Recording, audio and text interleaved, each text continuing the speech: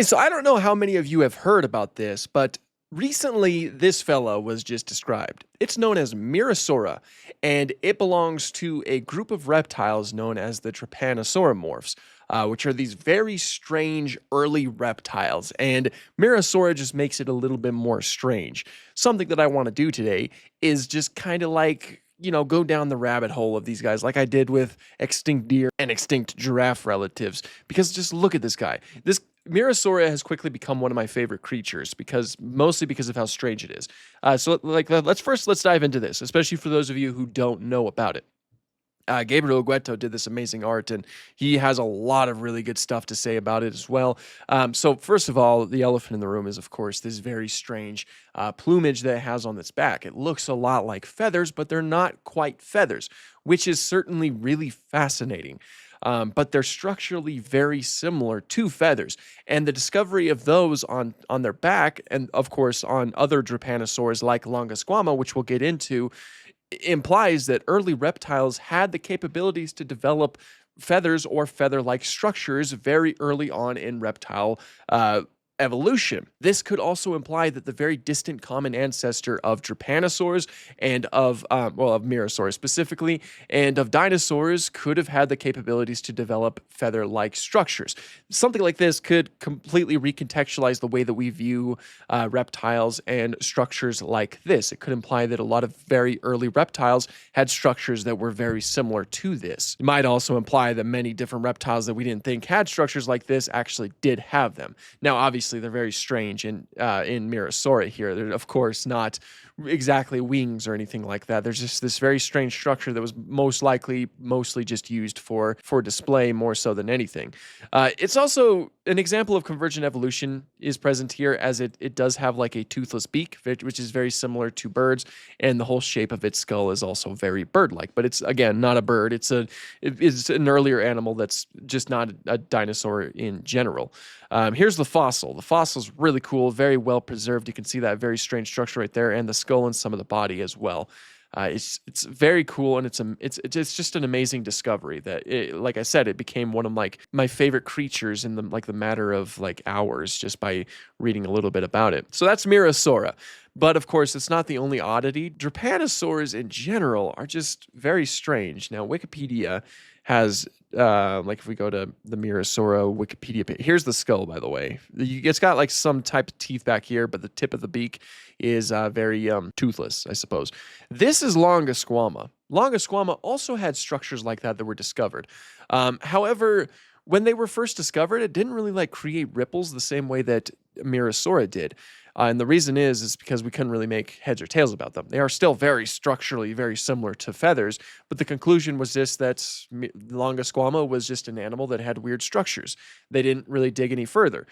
Mirasaura kind of stirs the pot a little bit and kind of makes us recontextualize how we could possibly think about early reptile evolution. Of course, a lot of those things need to be accepted, a lot of those things that have been proposed about Mirasaura. But as far as what has been told so far, they're not feathers, but they're still structurally very similar to feathers, which is just so cool. But those are just two. Those are just two animals that are part of Trypanosauromorpha.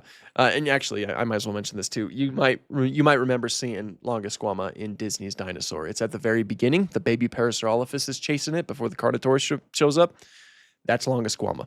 I don't think we think that it had the ability to flight, though. That's just a thing for the movie.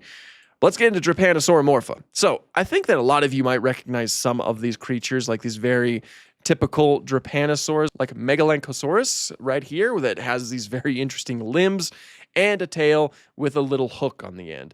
That's also something that, say, Trypanosaurus itself would have had. I've talked about Trypanosaurus before, but look at this critter. Look at this critter. It's got a prehensile tail, as described right here on this Reddit post. And it also does have a beak as well. And yeah, look at that right there. Look at that finger that's incredibly huge. It was likely a mostly arboreal animal. It had the proper adaptations to move around pretty efficiently in the trees. Arboreal means that it would stick to the trees. Trypanosaurus is just a very strange animal. And yes, it did live in the Triassic as well. There are some hypotheses that suggest that they would use that huge finger right there, that huge claw, to dig into the trees to get some bugs and stuff like that. It was likely a bug-eating animal. Pretty good fossil preserved as well of this fella. Like, look at that tail and just the hook on the end. It's got like a little claw hook right here. Isn't that just strange? I love it.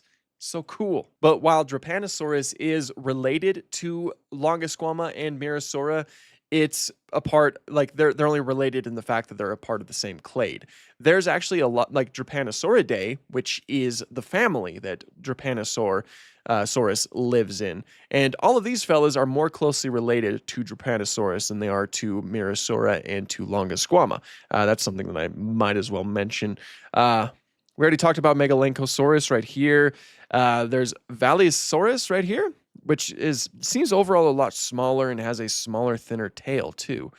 But all around, they're all very, very, very, very strange animals. Drepanosaurs, or they're members of the clade Drepanosauromorpha, are a group of extinct reptiles that live between the Carnian and the Radian stages of the late Triassic period, approximately between 230 and 210 million years ago. The various species of Drepanosaurs were characterized by a bird-like skull, a barrel-shaped body, and a horizontally narrow tail. A number of Drepanosaurs had specialized grasping limbs and often prehensile tails similar to those of chameleons.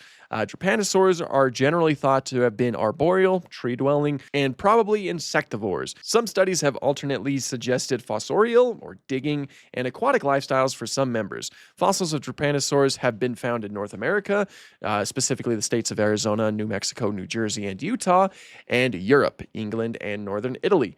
The name is taken from the family's namesake genus Drepanosaurus, which means sickle lizard, a reference to their strongly curved claws. But yeah, skeletally, they're just look at that. Look at that. Imagine if we had a creature like that still today. But obviously, Mirasaura and Longosquama kind of like take the cake in terms of like how strange that clade of reptiles can realistically get, like this art done by Julio Lacerda. Just look at that. Look at that. Look at that. You know, obviously these structures might have been used for display as well, similar to Mirasaura, but just look at that. Nature did its most outlandish things during like the Permian and the Triassic. That's not to say that strange things didn't show up later on. Obviously they did. We even have some pretty strange things nowadays.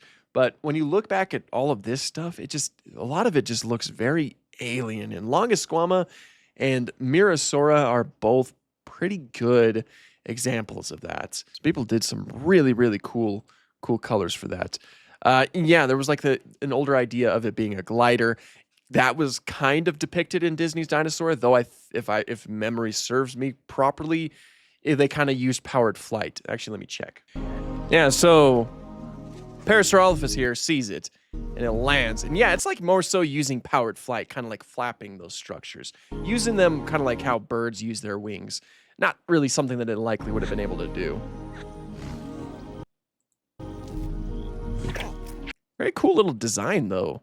I've never like taken a good look at it, but that's kind of cool. I like the little eyes that it has on its structures, on its little plumage back here. It looks like there is some influence taken from modern day chameleons, especially the way that it uses its tongue like that. Yeah, it just uses full-on powered flight here. It's the old hypothesis was that it would be able to glide. Nowadays, I don't think that we ever lean in that direction. Oh yeah, it's just full-on chameleon right here, complete with the eye.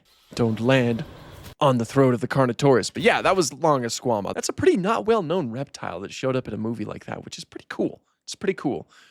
Maybe we should see more of it looking kind of like this, you know? Because that would look cool. I tell you.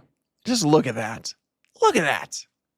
Oh, man, Drepanosaurus. Some look just crazy. This kind of looks like a giant caterpillar, like at first glance. And then you start looking at it and you realize it's covered in scales. And then that skeleton there. Oh, here's some cool art right here.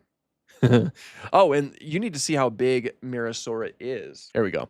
I knew somebody did a scaling. Yeah, this right here is how big these fellas were. This is Mirasaura. It was a small little fella. Longosquama wasn't too much bigger either. Look at that. That is just so cool. That's like almost on par with like a hummingbird. Really, that is so small. Of course, this art was done by Joshua Knupp, who does really awesome stuff. But that is so cool. That is so cool. Okay, I just wanted to gush about this a little bit because I've had Mirasaura and Drepanosaurs on my mind for a little bit. I just kind of want to, talk about it for a little bit. But here's like the journal Nature that published a lot of the work, and there's a lot to really dive into right here, especially with the breakdown with all of the fossils and how there's melanosomes present, which is a structure that's very similar to feathers, and you get like some really good insight about these structures and their relation to feathers and how they're different to feathers as well. So very cool stuff. And again, I just wanted to talk about it for a little bit because it's just been on my mind. I just have to do it. So yeah, that's pretty much all I have for this one. Thank you guys so much for watching, and have an awesome day.